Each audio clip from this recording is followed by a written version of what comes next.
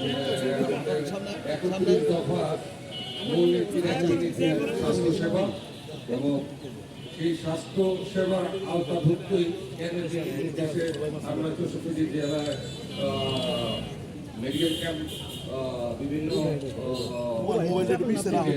প্রত্যেকটা ডিস্ট্রিক্টে এবং উপজেলা মহানগর থানা পর্যায়ে আমরা এই কার্যক্রমে চালিয়ে যাব। আজকে আমাদের এখানে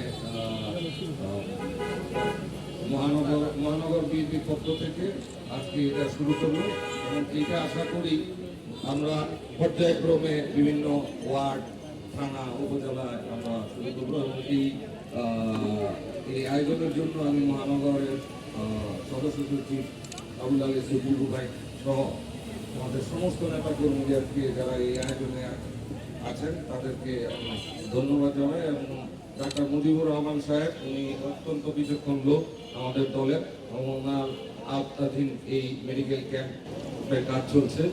আপনারা যারা এই সেবা পেতে চান বিনামূল্যে ইনশাআল্লাহ আপনারা সেবা নেবেন, আমরা ওই আশা করি।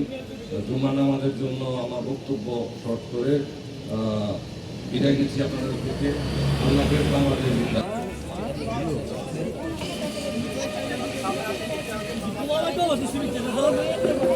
Amanhã, Luiz Tavares.